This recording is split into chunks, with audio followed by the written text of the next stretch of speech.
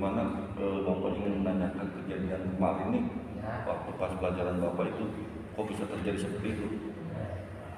Yang pertamanya itu segerombolan teman-teman itu menyandar di program itu, terus teman-teman itu pada kaget di belakang itu ada suara itu Ngomongin lah ya dari tembok ya. Jadi istilahnya begini ya, istilahnya Reja kan yang paling ditulis oleh rekan-rekannya di kelas 10 MIPA 4. Harusnya Reja memberikan instruksi arahan supaya kejadian itu tidak terjadi. Nah tapi gak apa-apa lah, yang penting kedepannya Reja dan kawan kita buat kesepakatan saja ya, kesepakatan kelas. Ketika Bapak belum masuk, siswa kelas 10 MIPA 4 ketika mata pelajaran Bapak itu sudah menempati kursi masing-masing di ruang komputer, kemudian sudah tertib. Jadi Reja harus memberikan arahan seperti itu nanti ya. Kemudian kesepakatan lain nanti kita tentukan di kelas nanti ketika masuk pelajaran Bapak di minggu depan ya. Jadi mohon Reja selalu memberikan motivasi kepada rekan-rekan bahwa bagaimana memasuki ruangan kelas dengan tertib, apalagi ruang laptop kan banyak alat-alat komputer yang perlu kita jaga dan kita pelihara supaya tidak rusak dan dipakai kegiatan belajar mengajar. Mungkin itu aja, nanti Reja dan kawan-kawan kita buat kesepakatan kelas di mata pelajaran Bapak, bagaimana mulai pembelajaran. Kemudian ketika pembelajaran kan istilahnya Bapak membebaskan kalian karena sudah tersambung internet, tinggal kalian buka materinya, cari di Google dan sebagainya. Jadi kalian belajar. Kemudian bagi yang belum bisa komputer, Reja bisa memberikan bantuan kepada rekan-rekan yang belum bisa. Begitu juga rekan yang bisa membantu rekannya yang lain, sehingga semuanya sama bisa belajar. Jadi adanya tutor sebaya seperti itu kalau disebut di metode MAH. Jadi nanti Reja menjadi motivator bagi rekan-rekan. Mungkin itu ya. Jadi supaya tidak terjadi lagi kejadian kemarin sehingga kita sekolah harus mengganti gembok lagi dengan yang baru karena memang error. Jadi nanti kita ganti. Nah supaya tidak terjadi lagi kita buat kesepakatan aja ya. Oke, terima kasih ya sudah mengganggu ya, nanti pas pelajaran Bapak sudah tertib ya dengan pelajaran itu. Terima kasih. Oke, baik. Saya setelah kejadian kemarin, saya berbicara dengan Pak Cucu tadi. Saya merasa tidak ingin melakukan hal itu lagi. Sebagai saya perwakilan kelas, saya informasikan kepada teman-teman saya di kelas. Perasaan saya saat ini sudah tenang. Assalamualaikum warahmatullahi wabarakatuh. Waalaikumsalam warahmatullahi wabarakatuh. Selamat malam bagi rekan-rekan semua. Ada Pak Alfian, Pak Riaz, Pak Ana, Pak Amar, dan juga Bu Dede, terus Pak Dudi. Bahwa di Guru Penggerak saya bersama Pak Lukman, Pak Ade, Bu Dede, dan saya istilahnya harus mengadakan sosialisasi tentang program-program yang ada di Guru Penggerak. Nah di modul 14 ini ada yang namanya budaya positif, yaitu tentang langkah-langkah bagaimana mendisiplinkan siswa dalam kegiatan belajar mengajar. Nah saya runut dulu dari awal ya, bahwa dalam Guru Penggerak ini ada materi tentang filosofis menurut Ki Hajar Dewantara, diantaranya tentang adanya kodrat zaman, kemudian kodrat alam, dan juga pendidikan haruslah berpihak pada murid. Artinya ada istilah di Guru Penggerak yaitu menghamba pada murid. Artinya kita istilahnya kan biasanya kita sebagai, termasuk saya, guru konvensional, artinya selalu ada emosi, selalu ada istilahnya ketika memberikan ini ke murid itu dengan amar dan sebagainya. Nah di filosofis Ki Hajar Dewantara, pendidikan harusnya berpihak pada murid. Kemudian nilai dan peran guru penggerak.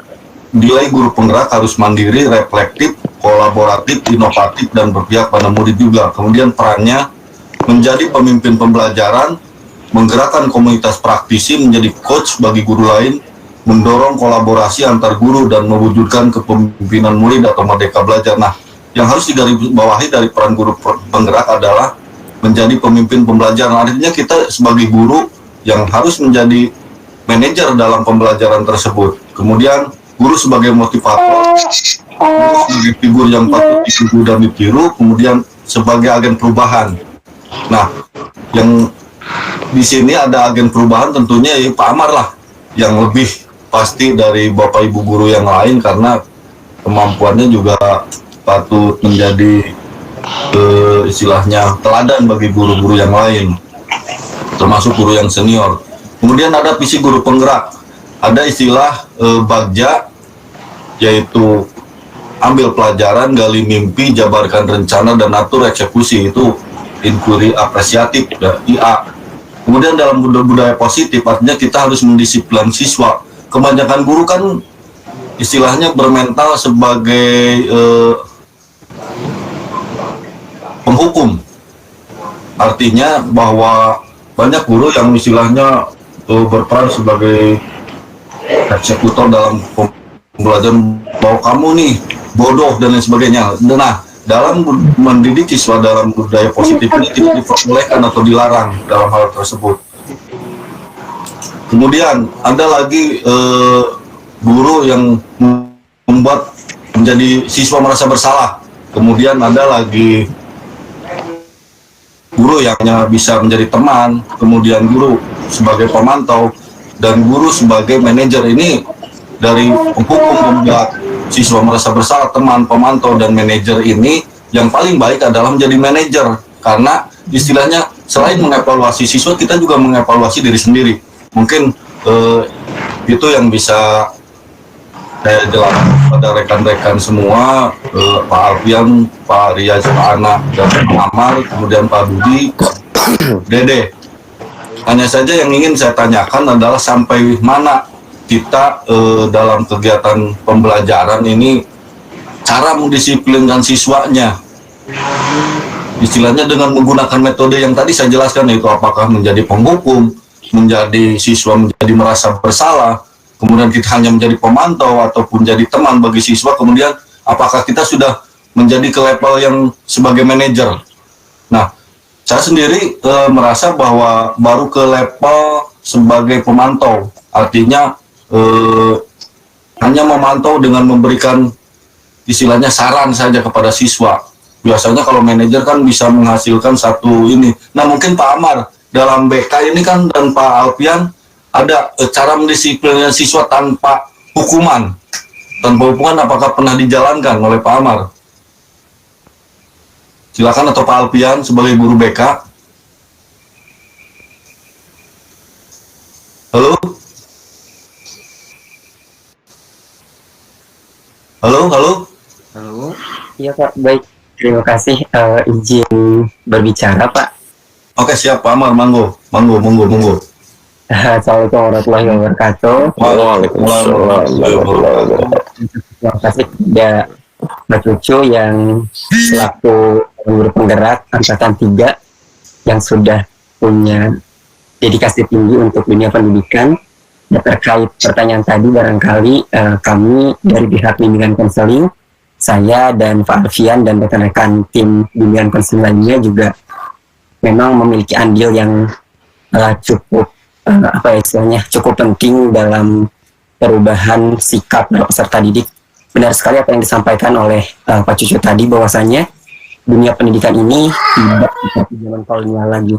Bahwasanya saya juga sempat membaca salah satu teori dari Bapak Pendidikan Indonesia, Ki Hajar Dewantara, tentang namanya Among Method. Bahwasanya tadi yang disampaikan oleh Pak Cucu, Among Method ini adalah bagaimana kita bisa menggali potensi para siswa. Tidak hanya bisa menjudge bahwasanya para siswa itu, para peserta didik harus sesuai dengan keinginan para pendidiknya gitu. Di zaman sekarang, sesuai Among Method itu ya kita harus menyesuaikan dengan para peserta didik, kemampuan para peserta didik. Merujuk lagi pada pendapat dari Albert Einstein bahwasanya setiap anak itu punya keunikan tersendiri gitu. Nah, di kami di bimbingan konseling ada beberapa layanan yang diberikan kepada para peserta didik. Nah, diantaranya adalah layanan individual, layanan informasi, layanan penyaluran dan penempatan, dan lain sebagainya. Nah, terkait pendisiplinan para peserta didik ya, kami sendiri pertama-tama ya kami melakukan sosialisasi terkait tata tertib yang ada di sekolah kita, bahwasanya kita harus sesuai dengan buku panduan yang barangkali sudah disebarkan oleh kesiswaan dan tim bimbingan konseling. Nah, ada dua langkah yang biasa kami lakukan di bimbingan konseling. Yang pertama, pencegahan terhadap timbulnya masalah, dan yang kedua, penyembuhan dari masalah-masalah tersebut. Nah, pencegahan ini biasanya di bimbingan konseling ini disebut dengan preventif gitu, pencegahan secara preventif, dan untuk pengobatannya disebut dengan kuratif gitu. Nah, kamu di bimbingan konseling ini tidak punya hak untuk memberikan istilahnya punishment kepada peserta didik, bahwasanya memang kalau di bimbingan konseling ini punya haknya adalah untuk melayani para peserta didik dan mengarahkan mereka gitu Pak. Jadi seperti itu Pak, terima kasih. Barangkali dari Pak Alfian ada tambahan. Oke Pak Amar, terima kasih nih. Mungkin dari Pak Alfian ada tambahan. Wah, Pak Amar itu udah melangkah lebih jauh ya dengan menggunakan restitusi. Artinya restitusi adalah menciptakan kondisi bagi murid untuk memperbaiki kesalahannya, sehingga ketika kembali ke komunitas siswa itu dengan karakter yang lebih kuat, dengan karakter yang lebih baik. Mungkin itu ya yang dimaksud dengan restitusi, karena 9 ciri restitusi dalam kegiatan pembelajaran artinya bukan untuk menembus kesalahan, tapi untuk belajar dari kesalahan. Mungkin itu yang paling penting, sehingga peranan guru BK dan guru-guru yang lain juga sangat vital dalam kegiatan belajar mengajar. Sehingga saya ingin melihat nanti di beberapa kelas, mungkin ketika siswa ada salah, mungkin seperti tadi tertarik dengan apa yang dikatakan Pak Amar yang menghamba kepada murid, artinya minat bakat siswa itu diutamakan. Tadi saya ke sekolah, Pak Riaz ternyata sedang mengumpulkan siswa teater, juga memberikan arahan, memberikan ini tentang seni. Ternyata ini luar biasa. Saya lihat minat siswa itu tinggi dalam berteater dibanding dengan kegiatan belajar mengajar. Benar nggak Pak Riaz? Mungkin Pak Riaz bisa menjelaskan. Betul. Ya. Kemudian Pak Alfian ada tambahan tentang BK. Pernah nggak menemukan kesalahan, misalnya siswa terlambat? Ini kan tugas selain guru BK juga guru piket. Kita kan semua menjadi guru piket. Bilangnya siswa terlambat atau siswa ini. Dari Pak Amar ya, selama saya mengampu mata pelajaran BK atau bimbingan konseling, saya belum pernah melakukan atau hukuman atau itu apa, entah fisik atau apa gitu. Selama saya mengampu pelajaran bimbingan konseling, mungkin saya cuman seperti Bapak memberi saran atau memberi masukan atau tentang masalah-masalah yang ada di sekolah. Oke, terima kasih Pak Alfian. Karena saya melihat ya beberapa rekan guru, Bapak Ibu guru baik senior maupun yang junior, itu saya lihat kok nadanya, saya mulai belajar nih, saya tadinya orangnya yang emosional, tahu sendiri rekan-rekan ya, istilahnya yang emosional, tapi dengan belajar di guru penggerak ternyata ada manfaatnya. Istilahnya kita menghilangkan emosi, menghilangkan amarah. Contohnya ya, dengan bahasa-bahasa kasar yang di bahasa Sunda seperti nyaneh dan sebagainya, kita berusaha untuk menghilangkan hal tersebut. Saya berharap rekan-rekan muda ini, para pejuang pendidikan muda yang nanti akan memegang tongkat estafet kebijakan di SMA Negeri 1 Cideu, ada perubahan ke arah sana. Seperti misalnya Pak Amar mungkin nanti jadi siswaan, Pak Alfian jadi kurikulum dan sebagainya. Itu artinya karena regenerasi harus dijalankan oleh setiap sekolah. Mungkin Pak Riaz menjadi humas dan sebagainya. Makanya kita belajar, kita sama-sama belajar lah. Karena usia kita kan tidak terpaut jauh lah dengan Bapak Ibu guru. yang seumuran istilahnya, seperti Pak Rias dengan Pak Ana kan satu angkatan ya, istilahnya Pak Ahmad dengan Pak Budi istilahnya harus ada chemistry, istilahnya harus ada kolaborasi istilahnya untuk mendidik siswa ke arah yang lebih baik. Mungkin Bu Dede sebagai guru MIPA ada pengalaman nggak Bu Dede? Punten Bu Dede. Halo, monitor Bu Dede. Iya, Pak. Bagaimana ketika KBM di kelas, kan biasanya matematika ini pelajaran yang paling ditakuti oleh siswa. Menurut pandangan Bu Dede gimana? Ketika apakah pernah memberikan hukuman dan sebagainya ke siswa? Cik, mangga Bu Dede. Kalau untuk ya Pak, kalau untuk di pelajaran MIPA sendiri gitu ya, khususnya saya yang mengampu pelajaran matematika, ya biasanya kalau di kelas itu terkadang itu ada siswa yang kurang memperhatikan atau sering ngobrol dan sebagainya gitu. Nah biasanya itu saya lebih sering ke pertama menegurnya terlebih dahulu begitu Pak.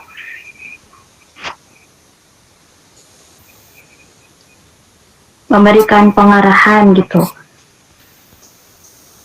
Oh, terima kasih Bu Dede nih. Ternyata berarti tidak pernah memberikan hukuman ya, misalnya melempar spidol misalnya seperti itu di kelas. Belum pernah. Atau kan guru-guru zaman kolonial ya, kan saya sebut guru-guru zaman kolonial ya yang pernah saya alami seperti, tapi ada satu kepatuhan dari siswa kepada kita walaupun itu keterpaksaan, misalnya dengan melempar penghapus sehingga siswa tenang dan sebagainya. Tapi ternyata ketika zaman semakin maju, ternyata hal-hal tersebut itu dilarang oleh istilahnya dalam metode kependidikan sekarang, istilahnya seperti tadi Pak Amar sudah menjelaskan banyak tadi ya Pak Amar. Dari Pak Ana di PJOK nih, bagaimana kan biasanya praktek ini lebih sulit ya, ketika misalnya siswa belum ganti pakaian dan sebagainya. Ada nggak pengalaman pernah memberikan hukuman atau istilahnya dengan marah dan emosi misalnya, pernah nggak Pak Ana? Baik Pak, Bismillahirrahmanirrahim. Assalamualaikum warahmatullahi wabarakatuh. Waalaikumsalam warahmatullahi wabarakatuh. Terima kasih mungkin kepada Pak Cucu. Untuk di mata pelajaran PJOK mungkin alhamdulillah Pak, jadi PJOK itu mungkin materi yang disenangi oleh anak-anak ya. Jadi ya kalau masalah yang telat ganti pakaian ataupun tidak membawa pakaian itu sudah biasa Pak mungkin, tapi saya tidak memberikan hukuman, hanya memberikan arahan dan menegur untuk kedepannya bisa lebih baik lagi. Oke, terima kasih Pak Ana. Tapi ada satu nih untuk masalah olahraga nih. Ya. Olahraga itu tujuannya untuk menyehatkan badan ya Pak Ana ya. Iya Pak. Ketika ada yang disebut warming up dan lain sebagainya ya. Biasanya itu diperlukan hukuman Pak Ana ketika siswa terlambat. Silakan kamu sebagai pemanasan lari 2 keliling, itu bagus juga banyak. Jadi setiap kapal akan berbeda dalam penanganan siswanya mungkin. Sehingga antara BK dengan pelajaran saya di BTIK dengan Pak Rias di Bahasa Indonesia, Pak Budede matematika, Pak Budi di UPS geografi, tentu punya istilahnya cara solusi dan tersendiri dalam penanganan siswa, misalnya dengan terlambatnya siswa masuk kelas dan sebagainya. Dan mungkin dengan adanya kesepakatan kelas, saya kira misalnya Pak Amar membuat satu kesepakatan kelas bahwa boleh membawa minuman ke kelas, tapi tolong dibuang sampahnya tidak sembarangan misalnya, seperti itu bisa kita buat seperti dengan adanya kesepakatan kelas, sehingga lebih terkontrol kelas kita. Misalnya saya di BTIK Pak Alfian kan pernah istilahnya melihat bahwa di belakang ada CCTV, kemudian di depan kita menggunakan apa yang namanya student ya, istilahnya untuk mengontrol kegiatan siswa di komputer itu, sehingga walaupun bebas tapi siswa merdeka belajar, tapi tetap ada kontrol dari kita sebagai guru. Mungkin itu yang bisa saya sampaikan pada rekan-rekan. Terima kasih nih Pak Alfian, Pak Rias, Pak Amar, dan Pak Ana, Pak Udin, juga Bu Dede yang telah meluangkan waktu ya, istilahnya sosialisasi saya tentang budaya positif di sekolah, sehingga nanti dengan adanya kolaborasi, misalnya saya bisa berkolaborasi di pelajaran saya dengan Pak Amar, dengan misalnya Pak Rias dengan seninya, misalnya itu bisa kita kolaborasi. Ini diperlukan dalam setiap mapel. Mungkin itu saja yang bisa saya sampaikan. Mohon maaf telah mengganggu istirahat Bapak Ibu semua nih. Semoga saja besok kita lebih paham bagaimana cara pengelolaan kelas yang baik. Mungkin itu saja yang bisa saya sampaikan. Silakan yang boleh lab dan sebagainya lah. Terima kasih nih kepada semuanya. Ditutup wabillahi taufiq wal hidayah. Assalamualaikum warahmatullahi wabarakatuh. Waalaikumsalam warahmatullahi wabarakatuh. Ini yang Bapak harapkan di kurikulum itu juga di siswa Pak Riswati. Hanya saja yang menarik bagi Bapak yaitu dari minggu kemarin ada kegiatan siswa, yaitu kegiatan IRMAS dengan kegiatan kelas. Ternyata dalam kegiatan tersebut tidak ada koordinasi dengan para pembinanya, wali kelasnya, pembina ekstrakurikulernya. Ini tentu bertabrakan dengan aturan sekolah, ya. Karena ketika ada satu kegiatan yang paling utama adalah ada laporan ke sekolah, minimal diketahui oleh wakil kesiswaan. Kemudian Bapak mengetahui juga kurikulum. Kemudian dalam kegiatan tersebut ada yang namanya istilahnya adab, etika dalam kegiatan tersebut. Karena ketika Bapak nih berpakaian bebas, ya, karena memang kita libur kan, Hanya saja ketika minggu kemarin itu siswa kan sudah ditanamkan oleh guru PKN dan juga guru BK itu 3S, salam, senyum, dan apa. Itu yang paling penting dalam kegiatan. Istilahnya ketika kalian sudah keluar dari SMA pun, istilahnya itu akan terbawa ketika kalian terjun di masyarakat, kalau ketika ke orang yang lebih tua. Harusnya kan lebih paham dengan ada dan etika tersebut. Makanya Bapak berharap ini istilahnya bukan eskulnya teater, eskulnya PMR, eskulnya apa, OSISnya, bukan, tapi sebagai siswa. Bagaimana walaupun misalnya Mak Ade di penjaga sekolah kan pegawai sekolah. Nah, aku nanya saja itu kan bagus Bapak. Saya berterima kasih tadi banyak siswa yang misalnya melaksanakan sholat zuhur ya. Bapak punten ini berpakaian seperti ini, tidak sholat karena ingin pulang dulu ke rumah, karena ketika libur kan, nah kegiatan membantu keluarga saya sendiri, istilahnya dengan pengasuh anak, kemudian istilahnya tadi Pak Lia juga melihat Bapak bawa padi gitu istilahnya, sama dengan kalian membantu orang tua, sudah membantu orang tua di rumah, ini terutama perempuan ini. Sudah. Saya berharap nanti ada perubahan sikap nih. Ketika ketemu lagi dengan saya dengan berpakaian bebas, ya pakai saya pakai kolor atau kalian pakai pakaian bebas, ini atau di mana ada perubahan sikap. Saya tidak mau lagi seperti itu, tidak mau lagi ada situasi seperti ini. Walaupun memang kita tidak ketemu dalam setahun setengah, tidak adanya pandemi. Tidak bisa dipahami nggak budaya tersebut? Bisa. Ya. Punten ya, Bapak memotong kegiatan Ria, walaupun saya apresiasi demi Allah, mohon di Bapak sebagai umat muslim, apresiasi dengan kegiatan si OSIS yang akan mengadakan pemilihan ketua OSIS ya. Ketua OSIS, kemudian teater yang akan membawa nama SMA Negeri 1 Cililur dalam perlombaan.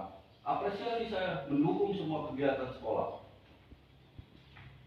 Ketika kalian nanti ada yang jadi guru, yang jadi apa, akan paham tentang hal tersebut, bagaimana ada itu. Bapak nih ketika belum menjadi istilahnya guru itu tetap sampai sekarang terhadap Bapak guru saya di sekolah, Pak Sambini, ada Pak Hasan, tentu ada yang mengenal yang dari SMA 1 Cililur. Bisa dipahami nggak tentang jenis apa salam itu? Bisa. Itu inti. Ya. itu dalam budaya. Karena nama karakter. Ketika kalian kelas 12 dan sebentar lagi keluar, apalagi yang kelas 11 nanti masih ada kelas 12, itu akan berhadapan dengan saya nanti kelas 12 dalam kelulusan. Oke?